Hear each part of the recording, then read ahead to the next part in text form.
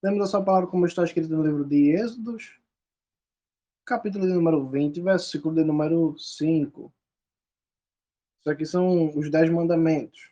Vamos ler o capítulo 20, livro de Êxodos, versículo de número 5.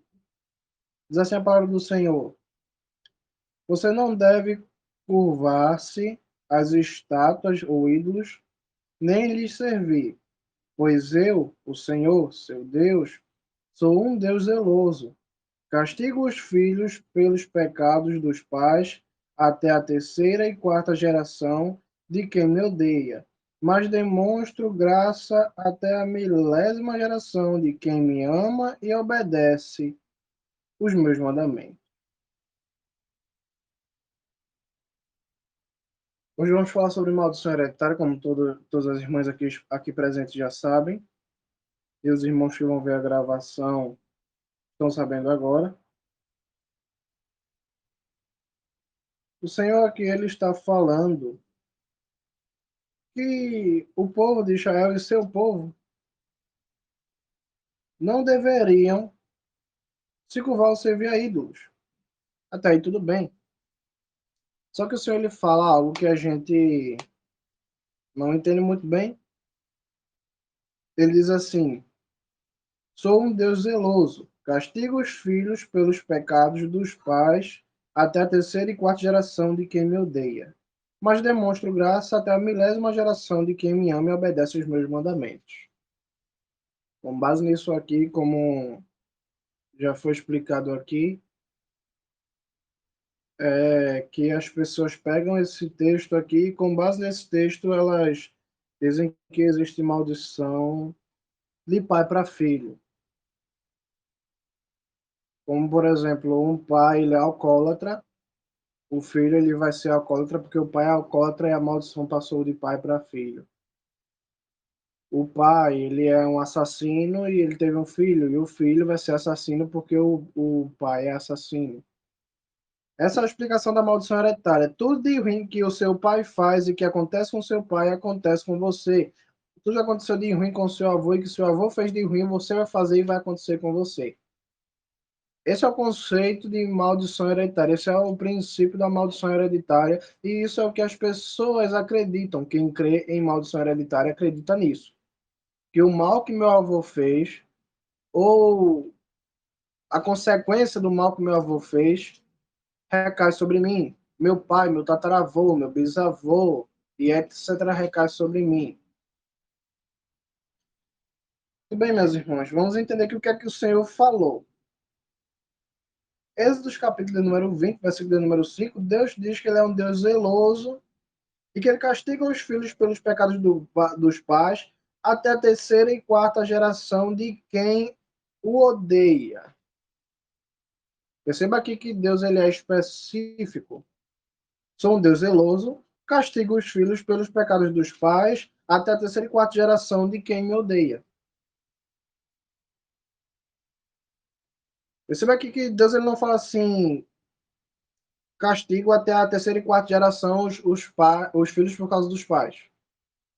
Ele deixa uma especificação. Realmente, eu castigo os filhos por causa dos pais até a terceira e quarta geração dos que me odeiam. Não é qualquer povo que Deus ele castiga por causa do erro dos pais. É o povo que odeia a Deus. Então, por exemplo, se meu pai ele odeia a Deus e eu odeio a Deus, Deus pode permitir, sim, que o pecado do meu pai recaia o castigo também sobre mim. Se o meu tataravô odiou a Deus, meu pai odiou a Deus, eu odiei a Deus, desses 3 gerações, né? Deus pode permitir que o pecado das gerações passadas recaia sobre mim.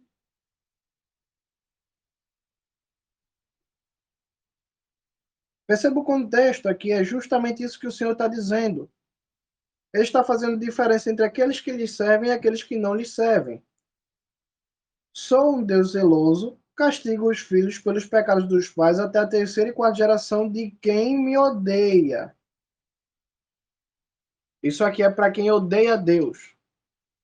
Eu pergunto, né? Eu não quero que ninguém me responda, mas eu pergunto. Você odeia Deus? Eu creio que não. Então, sabendo que você não odeia Deus, só existe dois caminhos aqui. Ou você ama a Deus, ou você odeia a Deus. Porque a amizade com o mundo é inimizade com Deus, e a amizade com Deus é inimizade com o mundo. Então, se você não odeia Deus, isso quer dizer que você vive com Deus, você tenta obedecer a Ele, você procura estar com Deus. Sabendo que você ama a Deus, o que é que acontece com você então, já que você ama a Deus? Próximo versículo, versículo de número 6.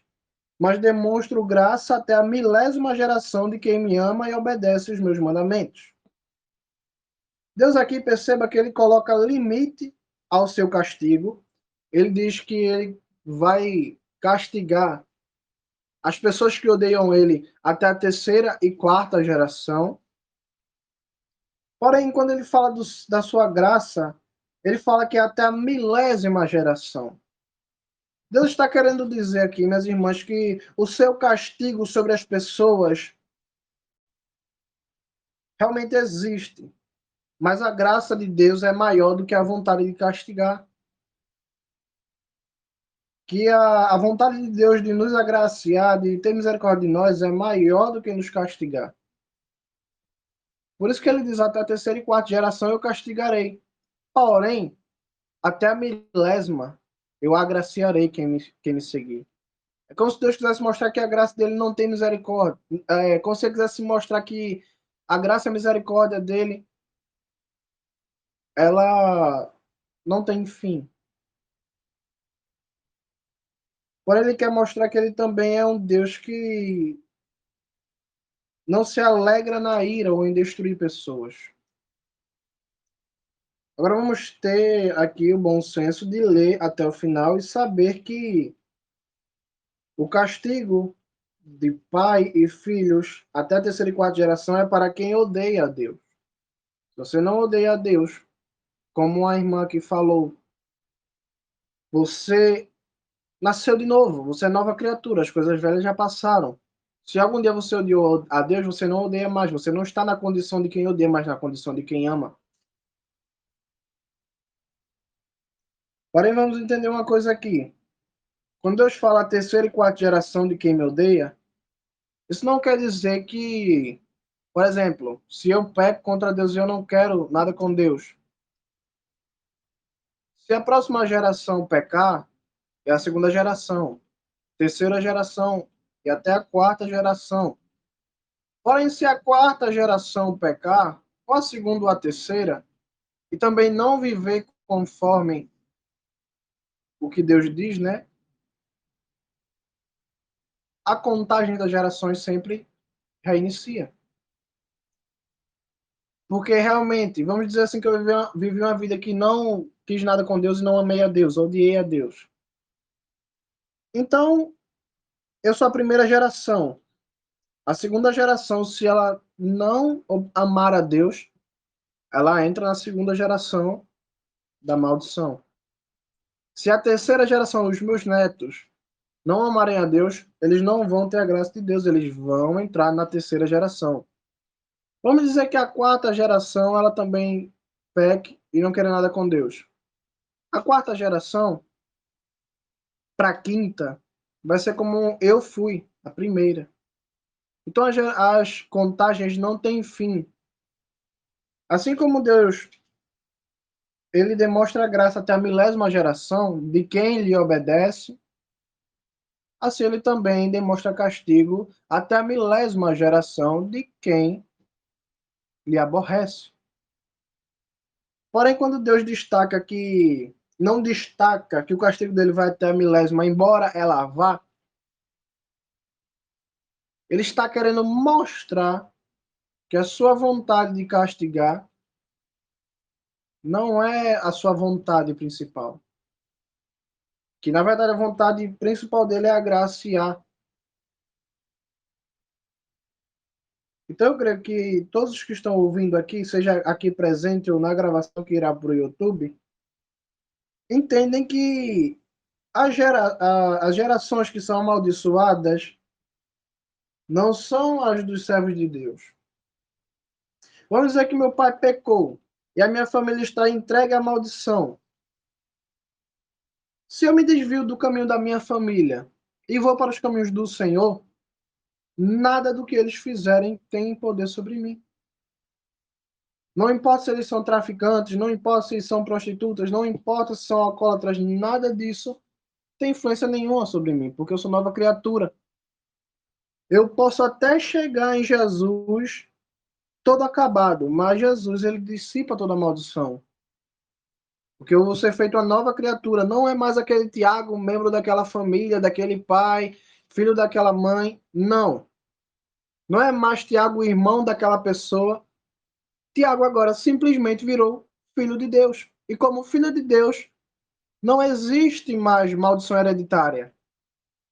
Porque a única coisa hereditária que existe, que é de pai para filho, meu pai é Jesus. E Deus falou: tudo que eu tenho é do meu pai. E tudo que eu tenho eu também dou a vocês. Então, quando a gente diz que nós, como filho de Deus, dizemos que recebemos alguma maldição hereditária, estamos dizendo que o nosso pai, que é Jesus Cristo, nos está passando alguma maldição. Das duas, uma. Ou estamos dizendo que Jesus está nos passando maldição, ou estamos dizendo que não somos filhos de Jesus, já que estamos recebendo uma linha hereditária não de Jesus, mas de outra pessoa. Porque a vida de um servo de Deus é de que Deus é nosso pai, é de que Deus é o meu pai, e ele, como meu pai, eu sou herdeiro de Deus e co-herdeiro do Messias, isso diz a Bíblia. Não que eu vá subir num trono como Deus, não tem nada a ver, eu sou humano. Porém, eu só posso receber aquilo que vem de Deus estando como filho de Deus, já que ele é meu pai. O que é que pode vir de Deus? Ele como pai? Só bênção.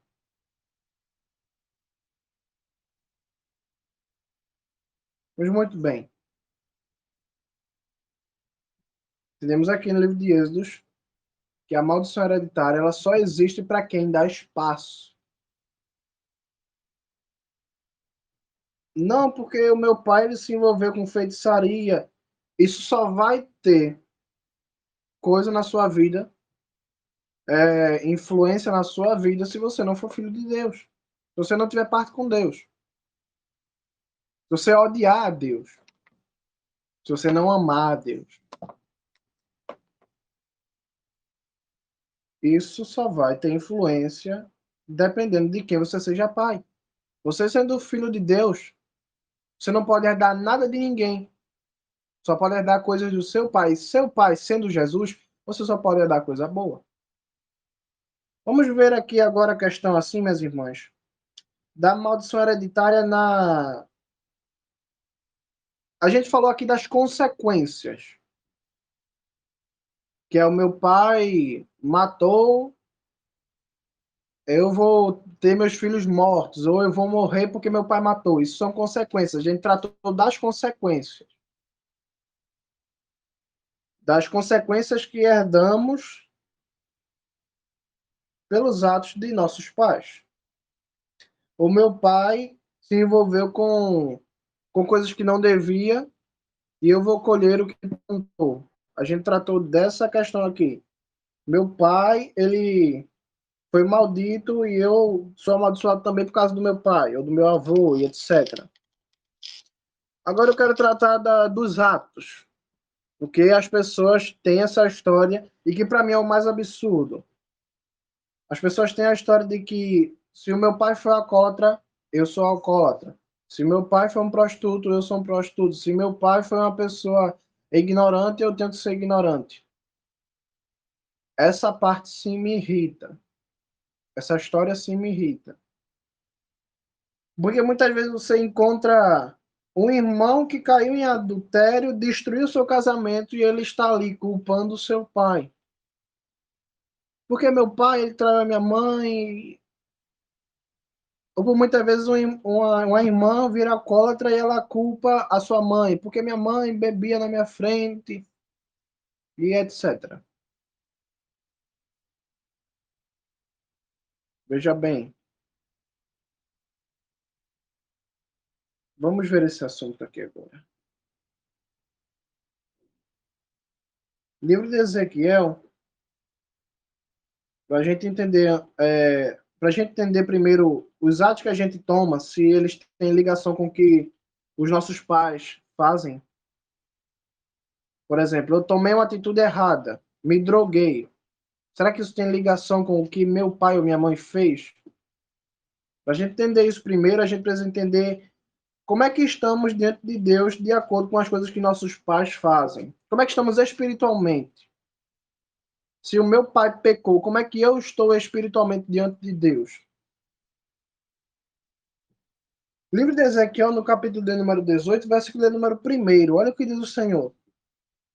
Veio a mim a palavra do Senhor, dizendo: o que significa este provérbio que vocês repetem em Israel, dizendo: os pais comem uvas verdes e os dentes dos filhos se sujam?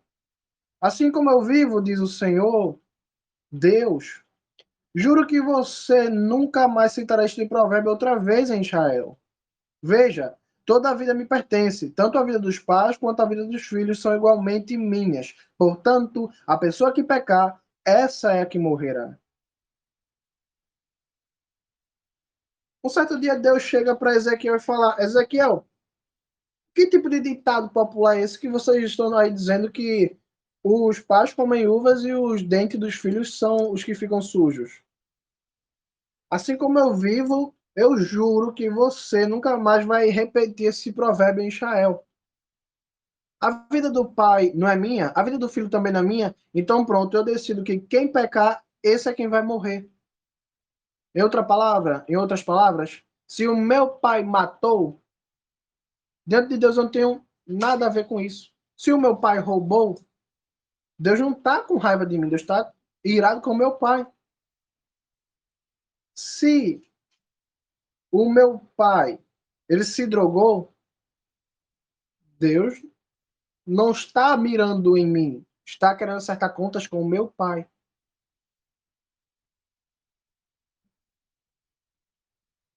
Aí Jesus ele começa a dar um exemplo aqui na sua palavra, versículo número 5.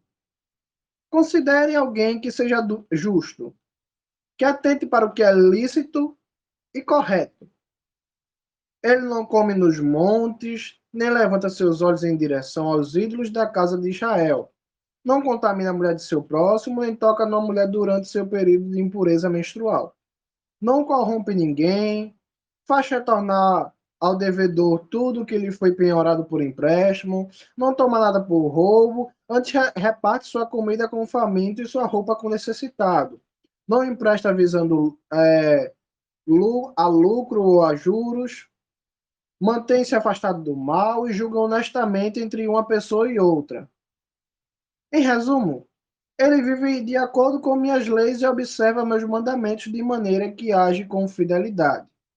Uma pessoa assim é justa e certamente viverá, diz o Senhor.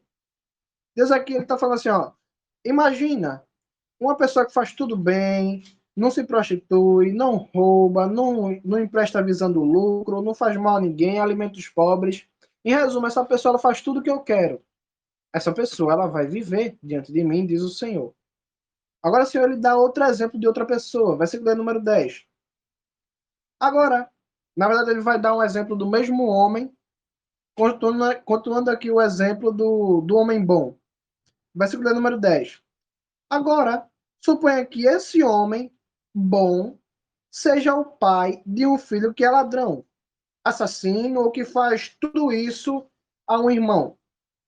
Ainda que seu pai não tenha feito nenhuma dessas coisas, ele come nos montes, contamina a mulher do próximo, engana o pobre e necessitado, rouba, não devolve a propriedade que tomou e empenhou, volta seus olhos para os ídolos, age com práticas odiosas, dá e recebe por interesse. Deveria esse homem viver? Ele não viverá, pois se tem engajado em todas as práticas repugnantes, ele deve ser levado à morte. Seu sangue tem de cair sobre sua cabeça.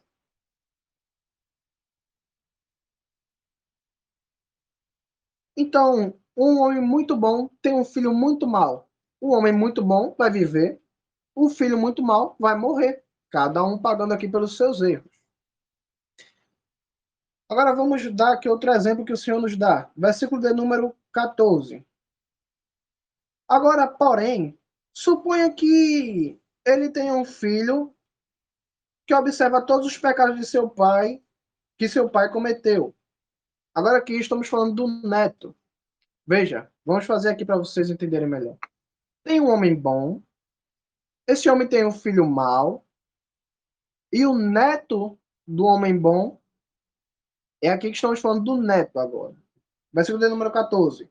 Agora, porém, suponha que ele, o homem mau, tenha um filho que observa todos os pecados que seu pai cometeu, reflete sobre eles e se comporta de maneira diferente. Ele não come nos montes, não volta seus olhos para os ídolos da casa de Israel, não contamina a mulher do próximo, não corrompe os outros, não toma propriedade penhorada, não rouba, antes reparte sua comida com o faminto e sua vestimenta com o necessitado. Não oprime o pobre, nem dá, nem recebe por interesse. Ele obedece a meus mandamentos e vive de acordo com minhas leis. Por isso não morrerá pelos pecados de seu pai, mas certamente viverá. Portanto, é seu pai que, por ter oprimido cruelmente, cometido roubo contra seu irmão e nunca ter feito nada de bom no meio do povo, é ele quem morrerá. Ele é quem morrerá por seus pecados.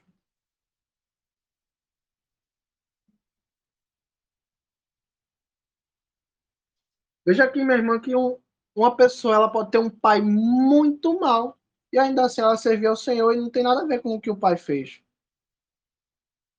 Simples assim. Eu decido o que é que eu vou fazer. O meu pai não tem nada a ver com isso. E o que o meu pai fez eu não tenho nada a ver. Perceba aqui o Senhor lhe dando o exemplo de que uma pessoa não tem desculpa para receber maldição hereditária. Porque ela simplesmente pode olhar para o que o seu pai fez, refletir e decidir fazer tudo o contrário. Ah, meu pai matou, eu não vou matar. Meu pai roubou, eu não vou roubar. Versículo de número 19.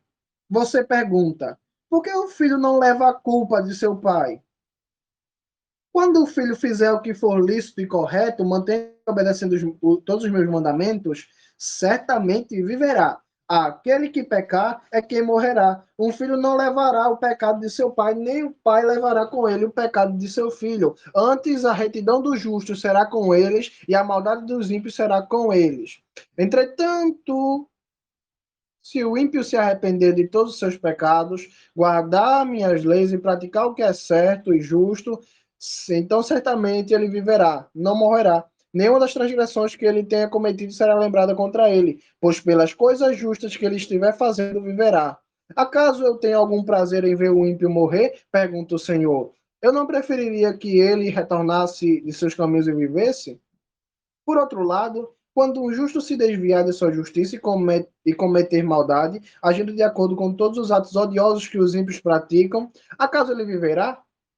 Nenhum de seus atos de justiça que ele praticou será lembrado, e pela transgressão e pecados que ele cometeu, morrerá.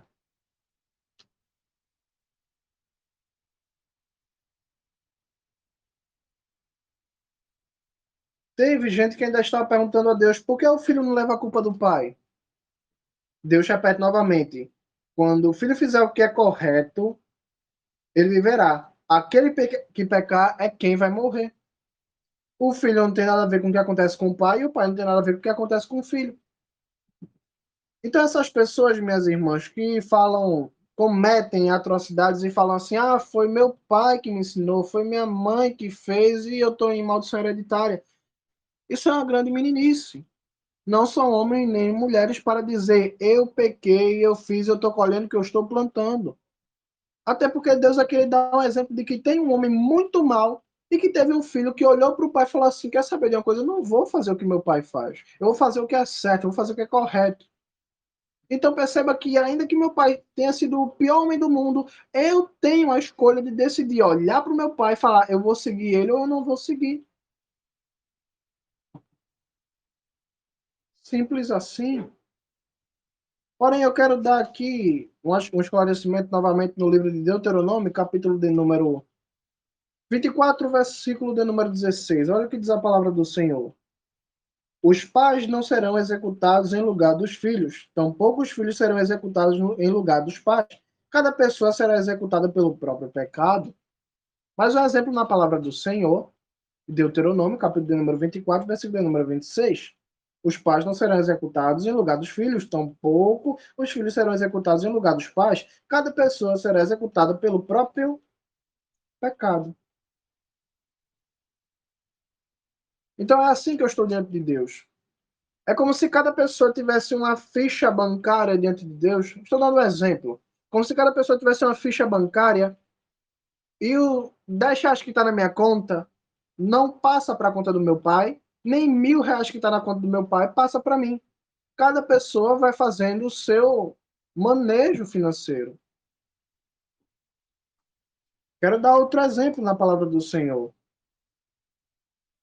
Perceba que as pessoas que falam da maldição hereditária, elas citam justamente a lei de Moisés, e é justamente a lei que Moisés recebeu que diz que o pai não tem nada a ver com o filho, nem o filho tem a ver com o pai. Os pecados, né? Veja aqui, livro de Jeremias, capítulo, do profeta Jeremias, capítulo de número 31, versículo de número 29. Na verdade, versículo de número 30. 29. Quando chegarem esses dias, não se dirá mais o seguinte ditado: os pais, os pais comeram uvas azedas e os dentes dos filhos estão embotados. Antes, cada um morrerá por seu próprio pecado. A cada um que come uvas azedas, seu próprio dente ficará embotado. Veja que o Senhor repete a mesma coisa de Ezequiel aqui em Jeremias. Era um costume do povo e Deus estava simplesmente desagradado desse provérbio que o povo dizia. O povo insistia em dizer que meus pais fizeram e os meus dentes estão sujos, meu pai come e o gosto ruim fica na minha boca. Isso é atribuir injustiça a Deus. Então, minhas irmãs, o que é que a gente deveria fazer diante do nosso cenário? Livro de Lamentações, capítulo de número 3, versículo de número 42. Olha o que diz a palavra do Senhor. 41. Elevemos o coração e nossas mãos a Deus no céu e digamos: de nossa parte transgredimos e nos rebelamos. Tu, de tua parte, não nos perdoaste. O livro de Lamentações diz que testemos nossos caminhos, examinemos nossos caminhos e voltemos para o Senhor. Que a gente levante as mãos para os céus e clame a Deus no céu, dizendo: de nossa parte nós pecamos. Não foi da parte do meu pai, não foi da parte da minha mãe. Eu, Senhor, eu levanto minhas mãos para os céus e eu, de minha parte, eu pequei. Devemos ser homens e mulheres diante de Deus. A gente não pode chegar diante de Deus apresentando as consequências do nosso pecado e culpando o nosso pai. Qualquer criança pode fazer isso. Você corre na rua, leva um tropeço, cai, racha a cara e corre para o seu pai chorando, dizendo: foi culpa da minha mãe que abriu o portão. Vocês percebem a arrogância e o tipo de cristão que as igrejas brasileiras vêm criando? Pessoas que exigem bênçãos de Deus e pessoas que, quando colhem o que plantam, jogam a culpa para os seus antepassados. Esse é o tipo de cristão que as igrejas estão criando. Eu só quero bênção de Deus.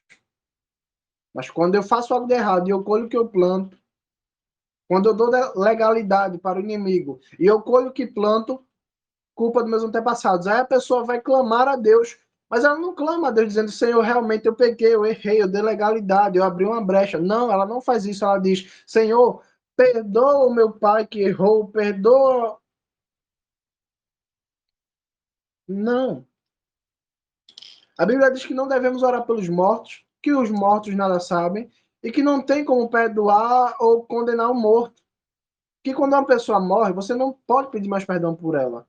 Se meu avô cometeu um pecado, ele já está morto, não posso fazer nada por ele. Essa prática de acreditar em maldição hereditária leva você a se apresentar diante de Deus orando por mortos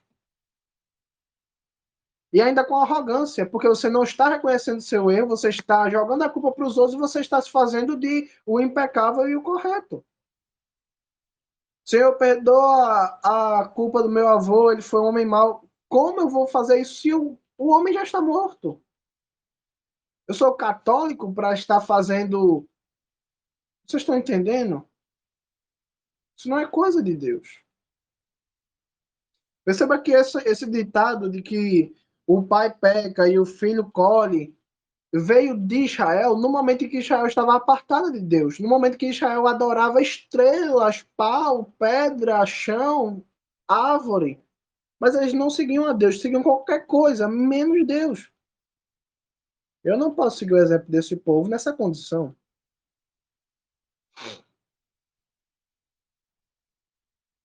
Para finalizar a pregação,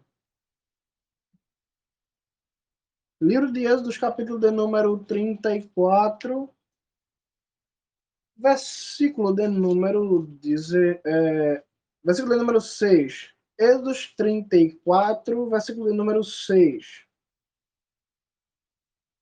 O Senhor passou diante de Moisés e anunciou: Yahvé, Yahvé, o Senhor, é Deus misericordioso e compassivo, lento para irar-se, rico em graça e verdade. Ele mostra graça à milésima geração, perdoa as ofensas, os crimes e os pecados. Entretanto, não isenta a culpa e faz os efeitos negativos das ofensas dos pais serem experimentados pelos filhos e pelos netos deles, até pela terceira e quarta geração. Veja bem aqui. Deus ele perdoa as ofensas, o crime e os pecados, porém ele não isenta a culpa e ele faz com que os efeitos negativos das ofensas dos pais sejam experimentados pelos filhos e pelos netos. Perceba aqui que em nenhum momento da pregação Deus diz que se meu pai foi um alcoólatra, eu estou fadado a ser um. Se o meu pai foi um assassino, eu estou fadado a ser um. Deus nunca diz isso. Mas Deus diz assim: a consequência do que seu pai fez pode ir para você. Em qual sentido, minhas irmãs? Na minha família, a gente tem uma consequência. Algum dos meus antepassados se descuidou e hoje tem uma chance de que o meu filho ou de que meus netos possam nascer com dor na coluna. Isso é uma consequência de algum erro que alguém cometeu lá atrás. Algum dos meus antepassados cometeu um erro, teve uma vida não tão saudável, o que faz com que na minha família problema de nervo tem uma chance de acontecer. Porque alguém na minha família, em algum momento de sua vida, não tomou a melhor decisão, não viveu as melhores das situações e acabou tendo problema de nervo, depressão, síndrome do pânico, ansiedade. Isso faz com que todos na minha família tenham uma chance de desenvolver esse problema. Perceba que o pecado que a pessoa cometeu, o erro, a atitude equivocada que a pessoa cometeu, a gente não tem nenhum pecado, a gente não tem nenhuma culpa. Porém, as consequências a gente está aqui colhendo. Até a terceira e quarta geração. Então, espiritualmente, não tem nada. Na saúde, a consequência possa ser que venha. Mas espiritualmente, isso não interfere, olha, nada na minha vida espiritual. Não tem como você receber retaliação de uma coisa que você não fez. Não tem como você ter comunhão com Deus e receber uma punição de alguém que não tem comunhão com Deus. Não tem como você ser filho de Deus e herdar de Deus algo ruim, porque você é filho de Deus. Você não está mais como filho de José, de Marcos, ou de Pedro, ou de Paulo. Não, você não está mais como filho de Adão. E perceba que se em algum momento você colheu algo de ruim na sua vida, como é o caso de Adão, a gente colheu a consequência. A gente não colheu nenhuma culpa a gente tem pelo que ele fez, mas a gente colheu a consequência. A consequência se instaurou, olha, se colocou, olha, na natureza, na estrutura humana. Todo humano já nasce com a estrutura comprometida, pendendo para o pecado. Eu não vou ser julgado pelo erro que Adão cometeu, porém as consequências estão aqui. E as consequências, sim, essas interferem na minha vida. O meu pai, ele tomou uma decisão errada, ele pegou o carro, bebeu e bateu o carro. Eu vou colher as consequências. Olha, tristeza, luto, são consequências. Agora, espiritualmente, não tem maldição nenhuma. Não tem nada a ver com nada. Deus continua o mesmo comigo. As consequências podem chegar, mas isso não muda nada diante de mim e Deus. Agora, se eu quero me embriagar, quero prostituir, não venha colocar a culpa no pai, porque não foi seu pai que lhe obrigou, não foi Deus quem lhe obrigou, foi você que tomou a decisão e a gente tem que ser macho, a gente tem que ser mulher para assumir e fazer como está no livro de Lamentações.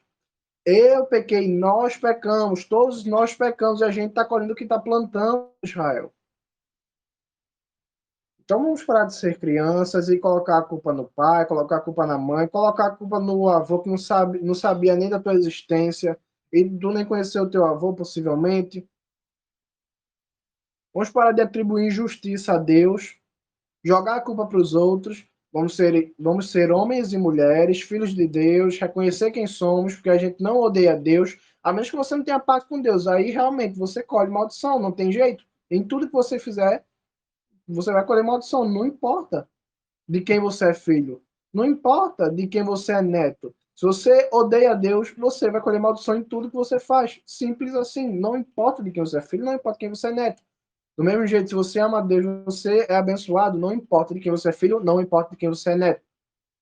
Até porque se você ama Deus, você é filho de Deus. Deus é seu pai. Deus responde como seu pai diante de você e diante de qualquer pessoa. Tanto que ele diz: aquele que me confessa, aquele que me serve, eu assumo diante dos meus anjos um por um.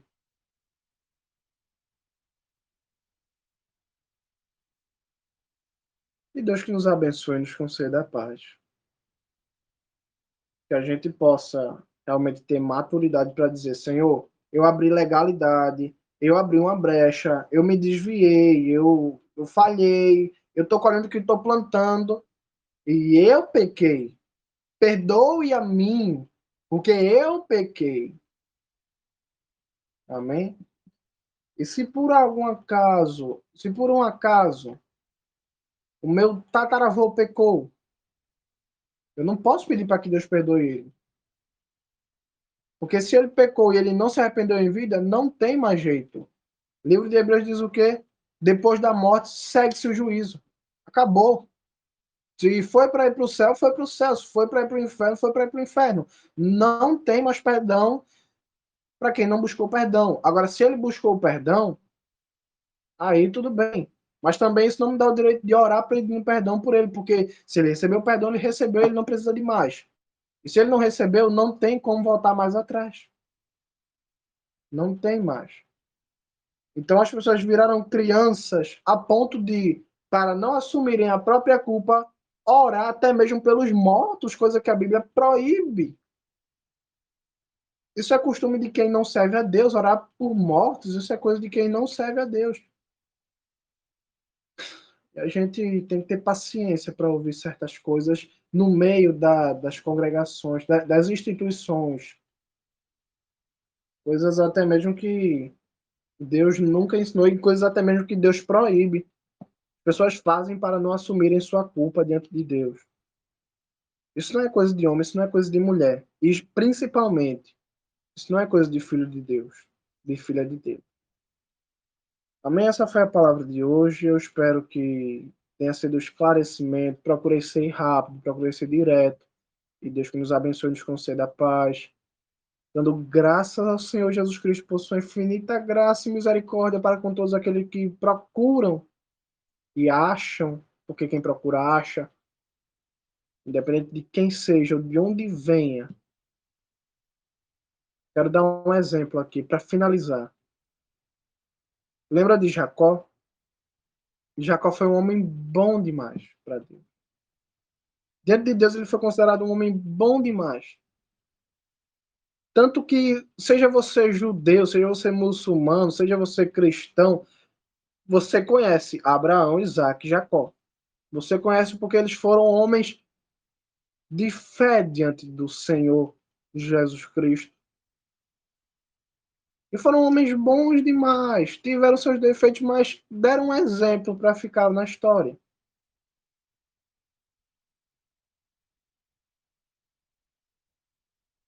Jacó foi um homem bom. Seu filho José foi um homem bom. Primeira geração, Jacó. Segunda geração, José. A terceira geração foi a que saiu do Egito. Deus falou para Abraão assim: teus descendentes, eles vão para o Egito e da primeira geração que entrar lá até a última que sair, vão ser 4 gerações. Na quarta eles saem. Entra a primeira que é Jacó. Jacó vai para o Egito e lá ele morre, lá ele mora, lá ele fica. A segunda é José. A terceira é a geração do pai de Moisés e da mãe de Moisés. E a quarta é a geração de Moisés, a geração que pereceu no deserto.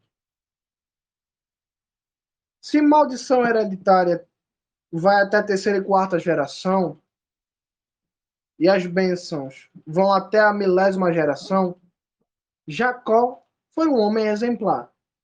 Olha, José, que foi seu filho, foi um homem bom, exemplar demais. Joquebede, a mãe de Moisés, e seu pai, a Bíblia não diz nada contra eles. Moisés, ele foi um homem bom. Josué, que era parte da mesma geração, também foi um homem bom. Agora eu pergunto, por que todo mundo morreu no deserto?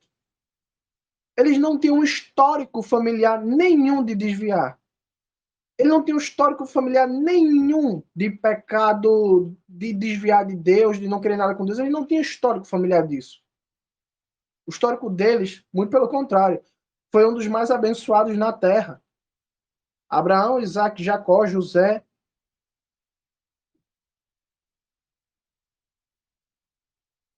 E toda aquela geração que saiu no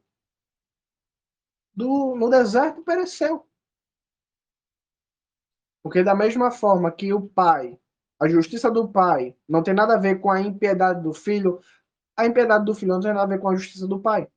Agora perceba que do meio daquela geração todinha, Josué e Caleb saíram vivos. Entraram na terra prometida. Por quê? Porque a justiça do pai de Josué não teve nada a ver com a justiça dele. A justiça do pai de Moisés não teve nada a ver com a justiça dele. Moisés pecou, Moisés ficou no deserto. Ele foi homem de Deus, foi para o céu, foi, mas ele colheu as consequências dos seus atos.